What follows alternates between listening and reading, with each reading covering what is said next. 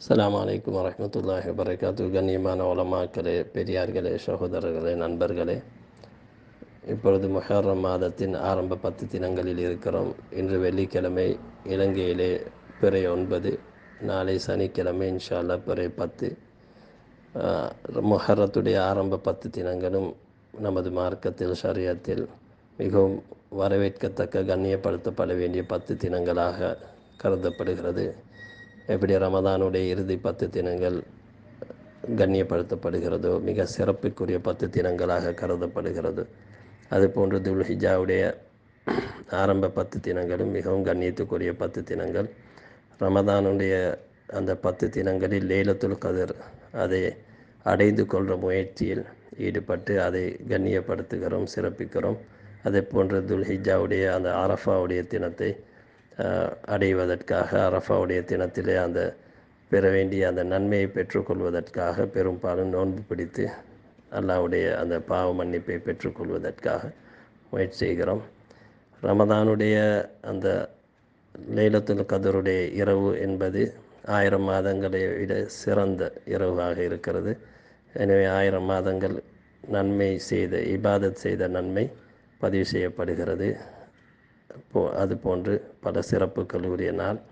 எனவே அதை முயற்சி செய்கிறோம் அடைய பெரும்பாலும். அதுபோன்று அரஃபாவுடைய தினத்தில் ஒவ்வொரு முஸ்லீமும் அந்த தினத்தில் நோன்பு பிடித்து தனது பாவங்களை எல்லா இடத்திலும் முறையிட்டு மன்னிப்பை அடைந்து கொள்வதற்கு முயற்சி செய்கிறோம். ரமதான் லைலத்துல் கத்ர் அதை இபாதத்தை பதிவு செய்வதற்குரிய நாள். அதே போன்று அரஃபாவுடைய நாள் அது பாவ மன்னிப்பு பெறுவதற்குரிய நாள். அரஃபாவுடைய தினத்தை பற்றி சொல்லும் போது வந்திருக்கிறது, பாவம் செய்த பாவி இன்றைய தினம் அல்லாஹ் என்னை மன்னிப்பானா என்று நினைப்பவன் அன்றைய தினம் அவன் தான் பாவி என்பதாக சொல்லப்பட்டு, எனவே அனைவர்களும் பாவத்திலிருந்து மீண்டு கொள்வதற்காக அந்த அரஃபாவுடைய தினம் இருக்கிறது. அதுபோன்று ஆஷூராவுடைய 10வது தினம்.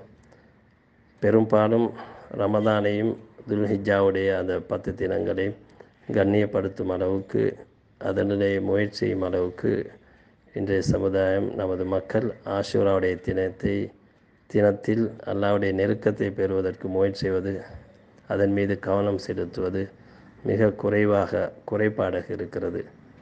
என்னவென்று சொன்னால், இந்த ஆஷூராவுடைய தினத்துடைய பொறுமதி, அதன் சிறப்பு ஒன்றோ மக்களுக்கு தெரியாமல் இருக்கிறது, இல்லாட்டி அலட்சியமாக இருக்கிறார்கள். ஏதோ இந்த ஆஷூராவுடைய தினம் என்பது நாம் கவனத்தில் எடுக்கப்பட வேண்டிய விஷயம் என்னவென்றால், உலகத்துடைய இயக்கத்தை, அல்லாஹ்வுடைய சக்தியை கொண்டு உலகத்துடைய இயக்கத்தில் பல அல்லாஹ்வுடைய அத்தாட்சிகளை வெளிப்படுத்திய நாள் இந்த ஆஷூராவுடைய நாள். அது ஆதம் அலைஹிஸ்ஸலாம் அவர்களுடைய தௌபா ஏற்றுக்கொள்ளப்பட்டது முதல், நூஹ் அலைஹிஸ்ஸலாம் அவர்கள் கப்பலில் மீண்டு வந்தது, அதுபோன்று இப்ராஹிம் அலைஹிஸ்ஸலாம் அவர்கள் நெருப்பிலிருந்து பாதுகாக்கப்பட்டது போன்று பல அல்லாஹ்வுடைய அற்புதங்களையும் அத்தாட்சிகளையும், அதுபோன்று ஈமானுடையவர்களை அல்லாஹ் கண்ணியப்படுத்தி பாதுகாத்ததும், ஈமானுக்கு மாற்றமானவர்களை, அல்லாஹ்வை மறுத்தவர்களை அல்லாஹ் கேவலப்படுத்திய தினமாகவும் ஆஷூராவுடைய தினம் காணப்படுகிறது. அதுபோன்று அல்லாஹ்வுடைய அத்தாட்சிகளை இந்த பூமிக்கு மேலே பல மாற்றங்களை உண்டாக்குவதற்கு அல்லாஹ் தெரிவு செய்த தினம் ஆஷூராவுடைய தினம். ஈமானுடையவர்களுடைய கஷ்டங்களை, கவலைகளை, நெருக்கடிகளை, சிரமங்களை அல்லாஹ் போக்குவதற்காக அல்லாஹ் தெரிவு செய்த நாள் இந்த ஆஷூராவுடைய நாள். யூனுஸ் அலைஹிஸ்ஸலாம் அவர்கள் நெருக்கடியிலே இருந்த நேரம், மீனுடைய வயிற்றிலிருந்து வெளியாக்கப்பட்ட நாள் இந்த ஆஷூராவுடைய நாள். அதுபோன்று அய்யூப் அலைஹிஸ்ஸலாம் அவர்கள் நோயிலிருந்து நிவாரணம் பெற்ற நாள் இந்த ஆஷூராவுடைய நாள். இது போன்று பல அல்லாஹ் இந்த பூமிக்கு மேலே சிரமப்பட்ட, நெருக்கடியில் இருந்த, கஷ்டத்தில் இருந்த பலரை அல்லாஹ் பாதுகாத்த நாள். அதுபோன்று மூசா அலைஹிஸ்ஸலாம் அவர்களையும் அவர்களுடைய கூட்டத்தார்களையும் அந்த கொடிய ஃபிரௌனிடத்திலிருந்து அல்லாஹ் மீட்டெடுத்த நாள் இந்த ஆஷூராவுடைய நாள். எனவே இந்த ஆஷூராவுடைய நோன்பு என்பது மூசா அலைஹிஸ்ஸலாம் உட்பட பாதுகாக்கப்பட்ட அந்த அல்லாஹ்வுடைய அத்தாட்சிகளால், அல்லாஹ்வுடைய அந்த சக்தியை வெளிப்படுத்தி அல்லாஹ் பாதுகாத்த, கண்ணியப்படுத்திய, மீட்டெடுத்த அந்த நபிமார்கள் நினைவு கூறப்படக்கூடிய ஒரு நாள். பெரும்பாலும் அதிகமானவர்கள் இதை நினைவு கூறுவார்கள்.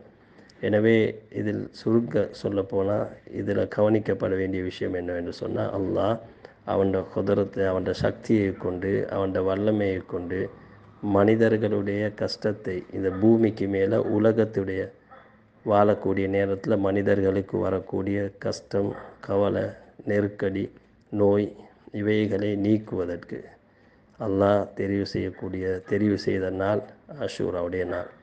எனவே நமக்கும் உலகளாவிய ரீதியில் வாழக்கூடிய முஸ்லீம்களுக்கும் பார்த்தோன்னு சொன்னால் இப்பொழுது ஒரு மிக நெருக்கடியான, ஒரு கஷ்டமான, கவலையான, கைசேதமான ஒரு காலம் இருந்து கொண்டிருக்கிறது பெரும்பாலும்.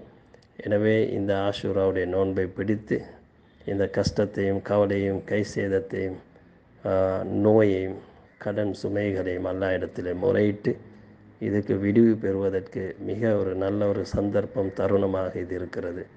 எனவே இந்த தினத்தை பிரயோஜனப்படுத்தி அல்லாஹ்விடத்தில் நோன்பு பிடித்தவர்களாக, அல்லாஹ்வை இதுவரையில் அல்லாஹ் நமக்கு தந்த நியாமத்துகளுக்கு அல்லாஹ்க்கு நன்றி செலுத்தியவர்களாக, இவ்வளோ காலம் நாம் செய்த பாவங்களுக்காக அல்லாஹ்விடத்தில் தௌபா செய்தவர்களாக, நமது கஷ்டங்களையும் கவலைகளையும் நெருக்கடிகளையும் நமது தனிப்பட்ட நபருடைய ஒரு நெருக்கடியாக இருக்கலாம், ஐயூப் அலைஹிஸ்ஸலாத்துடைய நோய் போன்ற நோயாக இருக்கலாம், யூனுஸ் அலைஹிஸ்ஸலாத்துடைய சிக்கல் போல் சிக்கலாக நெருக்கடியாக இருக்கலாம். இது தவிர ஒரு சமுதாயமாக நூஹ் அலைஹிஸ்ஸலாத்துடைய சமுதாயம் பாதுகாக்கப்பட்ட நாள், அதே போன்று மூசா அலைஹிஸ்ஸலாத்துடைய சமுதாயம் ஒரு சமுதாயமாக, ஒரு கூட்டமாக பாதுகாக்கப்பட்ட நாள். இது போன்று உலகளாவிய ரீதியில் முஸ்லீம்களுடைய முழு நெருக்கடியும் அல்லாஹ்விடத்தில் முன்வைத்து முறையிட்டு முழு நாமும் நமது சமுதாயமும் முழு உலக மக்களும் ஈடேற்றம் பெறுவதற்கும் விடிவு பெறுவதற்கும் இது நல்ல ஒரு தருணம், நல்ல ஒரு நாள். அல்லாஹ்விடத்தில் முறையிட்டால் உலக சரித்திரத்தில் அல்லாஹ் மாற்றிய நாட்கள், உலக சரித்திரத்தில் அல்லாஹ் அந்த பிரச்சனை கஷ்டங்களை நீக்கிய நாளாக கருதப்படுகிறது. எனவே இந்த நாளை பிரயோஜனப்படுத்துவமாக வல்லவன் அல்லாஹ் நம் அனைவர்களுடைய கஷ்டங்களையும் கவலைகளையும் கடன் சுமைகளையும் நோய் நொம்பலங்களையும் எல்லாத்தையும் போக்கி நீக்கி மிக நிம்மதிக்குரிய நாட்களாக வரக்கூடிய நாட்களை எல்லாம் அமைத்து தர வேண்டும் என்று துவா செய்தவனாக முடித்துக் கொள்கிறேன். அஸ்ஸலாமு அலைக்கும் வரஹ்மத்துல்லாஹி வபரகாத்துஹு.